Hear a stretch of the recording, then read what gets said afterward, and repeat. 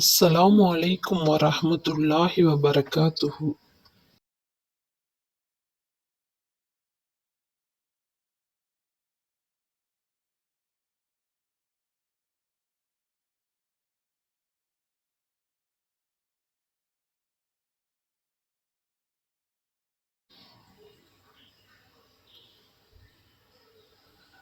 நிச்சயமாக வேதத்தையுடையவர்களில் எவர்கள் மறுமையை நிராகரிக்கிறார்களோ அவர்களுடைய செல்வங்களும் அவர்களுடைய சந்ததிகளும் அந்நாளில் அல்லாஹ்வினுடைய வேதனையிலிருந்து அவர்களை ஒரு சிறிதும் காப்பாற்றி விடாது.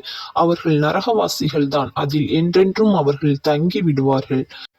இவ்வுலக வாழ்க்கையில் இஸ்லாமிற்கு எதிராக அவர்கள் செலவு செய்யும் பொருளின் உதாரணம் ஒரு காற்றைப் போல் இருக்கிறது. அது அளவு கடந்து குளிர்ந்து பனிப்புயலாகி தங்களுக்கு தாங்களே தீங்கிழைத்துக் கொண்ட ஒரு வகுப்பாரின் பயிரில் பட்டு அதை அழித்துவிட்டது. அல்லாஹ் இவர்களுக்கு ஒன்றும் தீங்கிழைத்து விடவில்லை, எனினும் இவர்கள் தங்களுக்குத்தாமே தீங்கிழைத்துக் கொண்டனர். நம்பிக்கையாளர்களே, உங்கள் மார்க்கத்தை சேர்ந்தவர்களை வென்றி மற்றவர்களை உங்களுக்கு மிக நெருக்கமானவர்களாக நீங்கள் ஆக்கிக் கொள்ளாதீர்கள். ஏனென்றால் அவர்கள் உங்களுக்கு தீங்கிழைப்பதில் ஒரு சிறிதும் குறைவு செய்வதில்லை. உங்களுக்கு துன்பம் ஏற்படுவதை அவர்கள் விரும்புகிறார்கள். அவர்களுடைய வாய் சொற்களை கொண்டே அவர்களுடைய பகைமை வெளிப்பட்டுவிட்டது. உங்களை பற்றி அவர்களுடைய உள்ளங்கள் மறைத்திருப்பவையோ மிக கொடியவை. நிச்சயமாக நாம் அவர்களுடைய அடையாளங்களை உங்களுக்கு விவரித்துவிட்டோம். நீங்கள் அறிவுடையவர்களாக இருந்தால் அறிந்து கொள்ளலாம். நம்பிக்கையாளர்களே, இவர்களையா நீங்கள் நேசிக்கிறீர்கள்?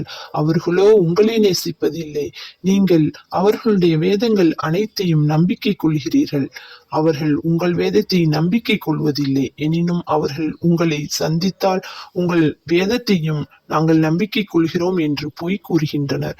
உங்களை விட்டு விலகினாலோ உங்கள் மீதுள்ள கோபத்தினால் தங்கள் கைவிரல்களையே கடித்துக் கொள்கின்றனர். ஆகவே நபியே, அவர்களை நோக்கி கூறுவீராக, உங்கள் கோபத்திலேயே நீங்கள் சாவீர்களாக.